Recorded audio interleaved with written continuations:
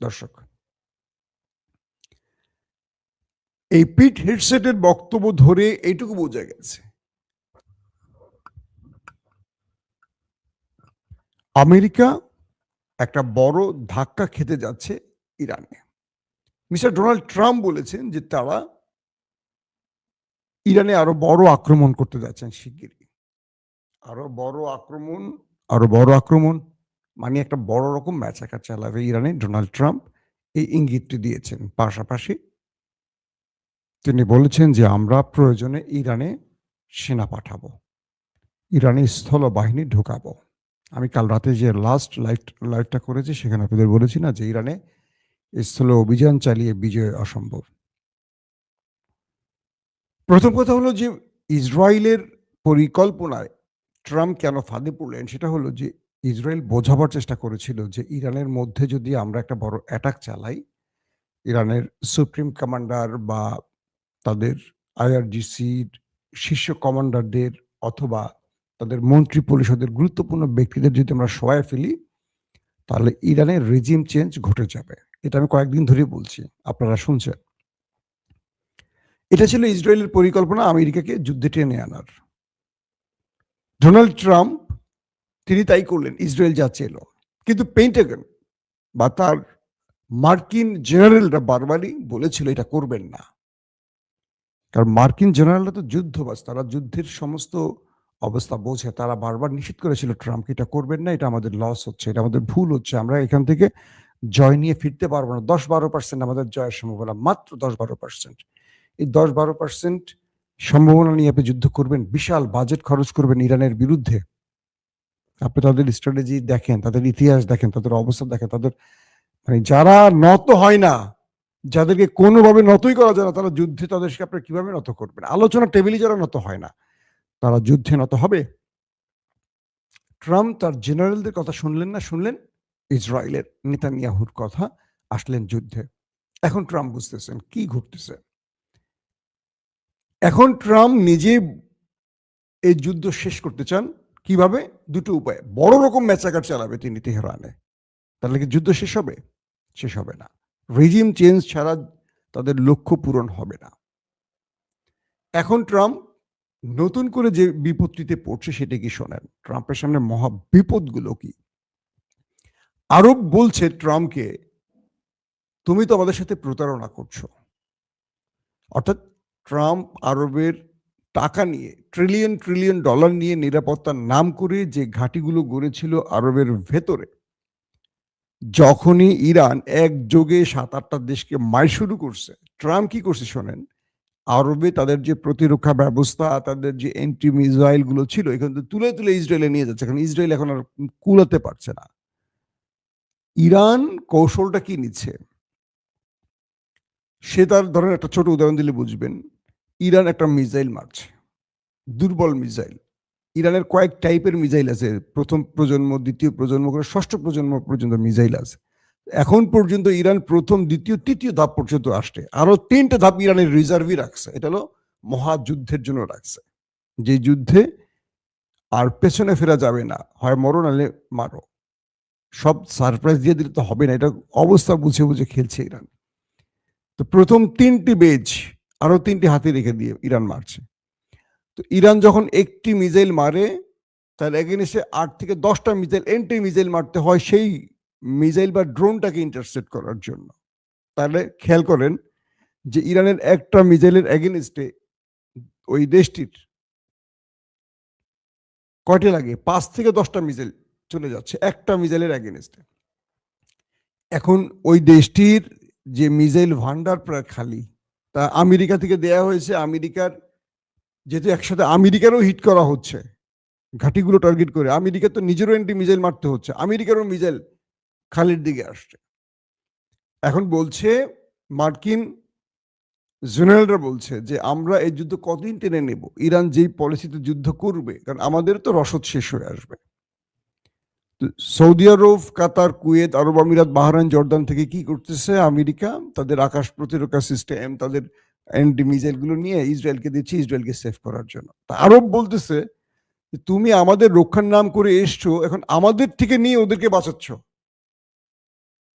মানে কত বড় বিশ্বাসঘাতকতা আরো বুঝতে পারতেছে এখন। দেখেন সৌদি আরবের রিয়াদে মার্কিন দূতাবাসকে লক্ষ্য করে কালকে ইরান ব্যাপক অ্যাটাক চালিয়েছে।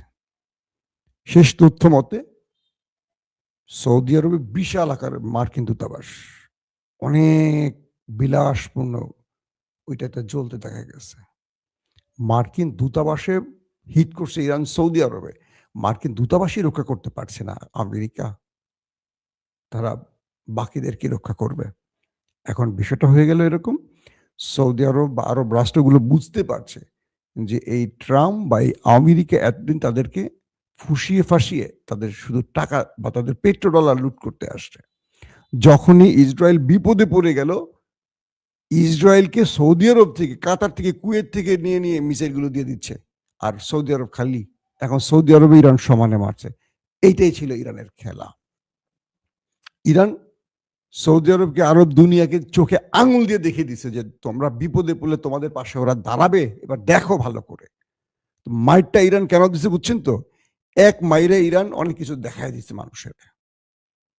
এখন আরব বুঝতে পারছে, আরব ভালোভাবে বুঝতে পারছে যে ওরা বিশ্বাসঘাতক, ওরা আমাদেরকে লুটতে আসছে, ওরা আমাদের জন্য কোনো ফিলিংস নাই, আমাদের জন্য কোনো মায়া নাই, ওরা আমাদের বাঁচাবে না বিপদে, ওরা ওই আমেরিকা এখন ইসরায়েলকে বাঁচাচ্ছে।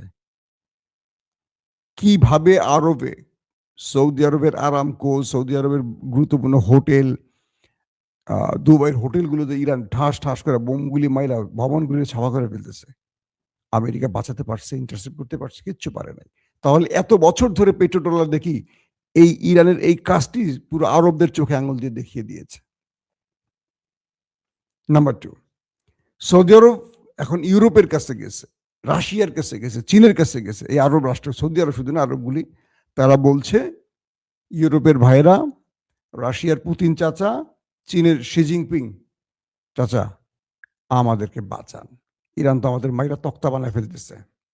আপনি একটু, আপনাদের কথা তো ইরান শুনবে, বিশেষ করে চীন, রাশিয়া, আমরা আলোচনা করতে চাই, যে কোনো ভাবে হোক আমাদেরকে 5 দিনের জন্য হলো যুদ্ধবিরতির একটা সুযোগ করে দেন।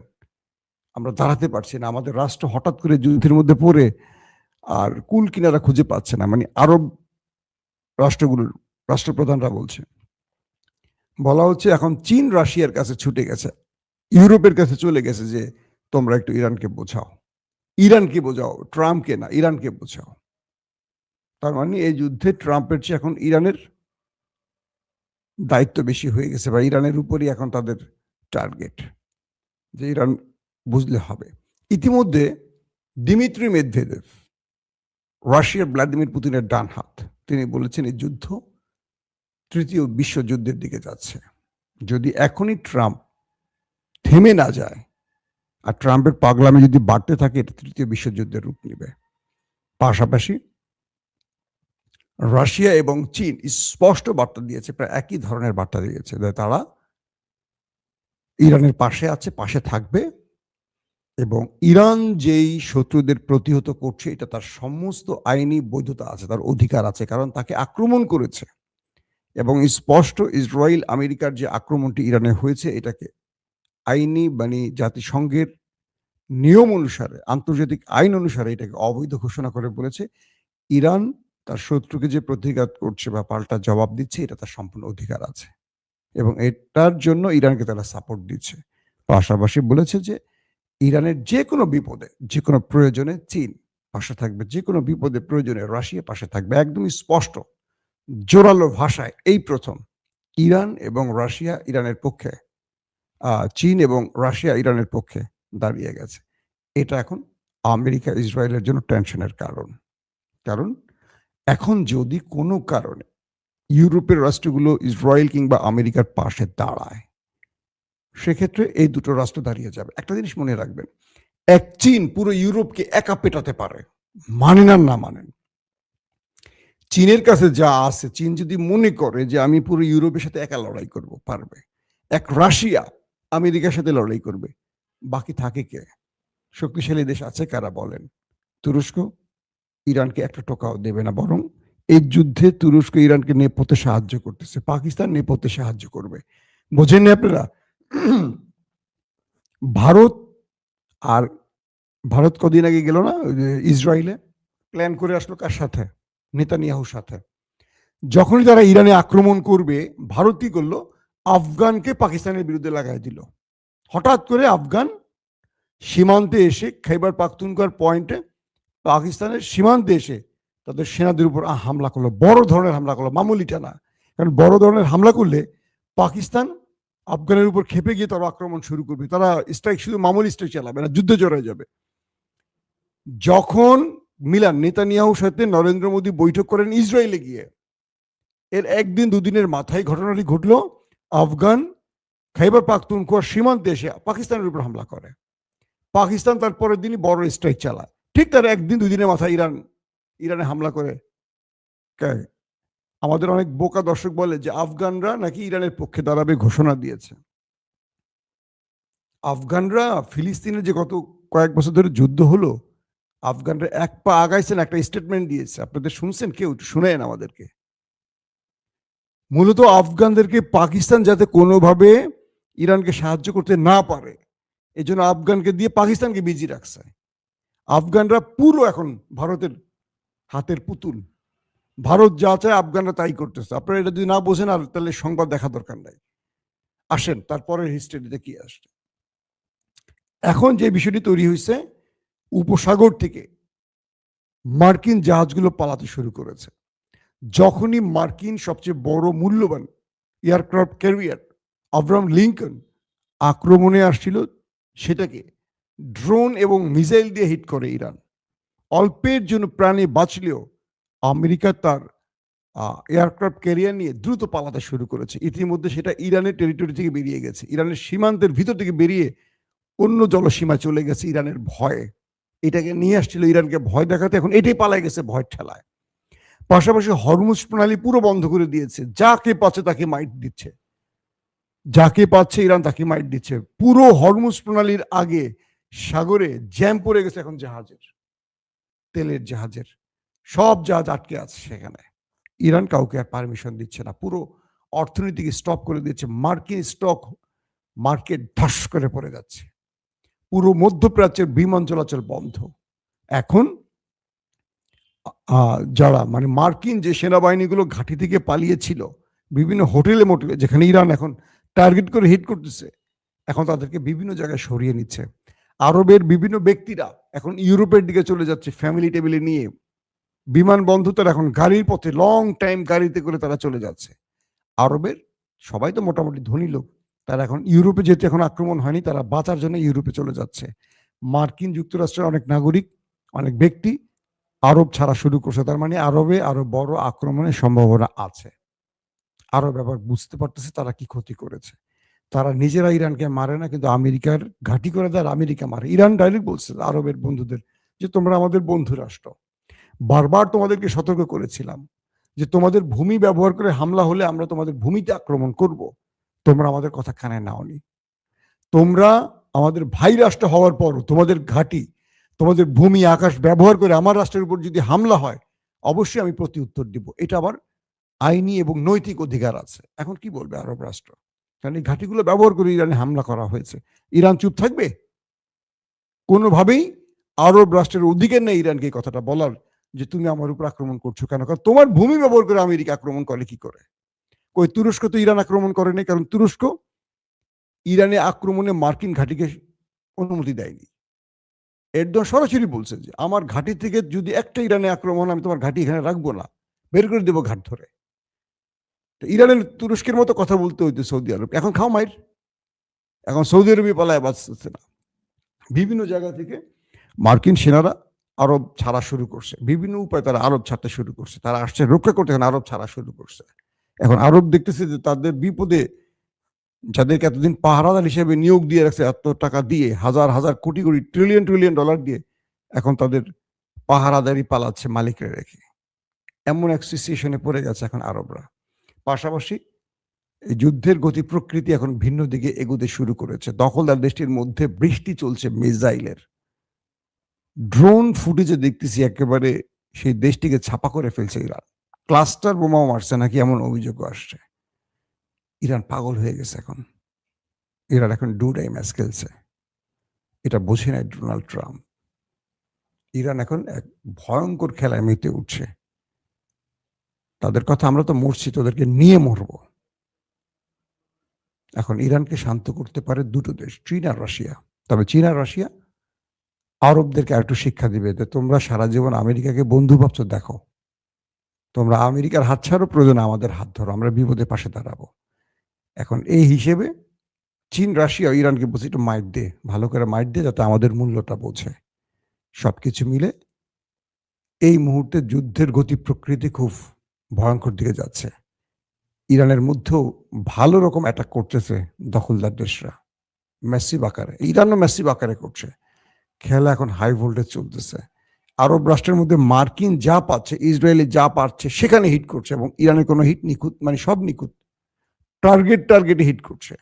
পাশাপাশি ইরানকে গোয়েন্দা তথ্য দিচ্ছে বেশ কিছু রাষ্ট্র বলা হচ্ছে, এবং সেই রাষ্ট্রের তথ্য অনুযায়ী ইরান সাকসেস অপারেশন করে যাচ্ছে, একটার পর একটা সাকসেস অপারেশন করে যাচ্ছে। তাই ইরানের সামনে এখন খোলা পথ একটাই। আর আমেরিকা এখন যে কোনোভাবে চাইছে এই যুদ্ধ থেকে বাঁচার জন্য। এখন এই যুদ্ধ থেকে বাঁচার কোনো উপায় আর খুঁজে পাচ্ছে না। ট্রাম্প বলছে তারা আরো 4 সপ্তাহ যুদ্ধকে টেনে নিতে পারে। যে ব্যক্তি বলেছিলেন 2 দিনে সমাপ্ত করবেন, সেই ব্যক্তি এখন আরো 4 সপ্তাহ কথা বলছেন, কারণ ইরান রাজি হয়নি যুদ্ধবিরতির জন্য।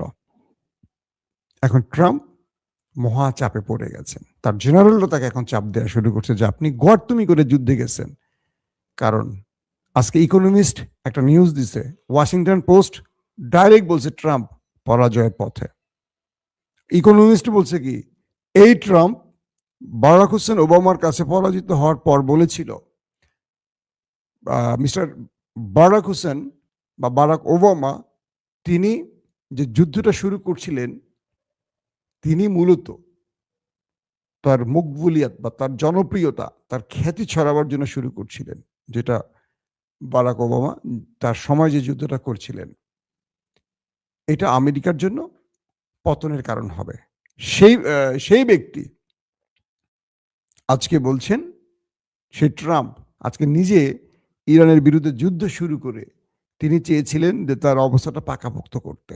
কিন্তু এই মুহূর্তে মার্কিন প্রত্যেকটা গণমাধ্যম জরিপ বলছে ট্রাম্পের জনপ্রিয়তা একদম তলানিতে নেমে গেছে। ট্রাম্প এক ইসরায়েলকে বা ইসরায়েলের কথা রাখতে গিয়ে তার রাজনৈতিক ক্যারিয়ার বা তার প্রেসিডেন্টশিপের যে পাওয়ারফুল অবস্থানটা, সেটাকে একেবারে হারিয়ে ফেলছেন।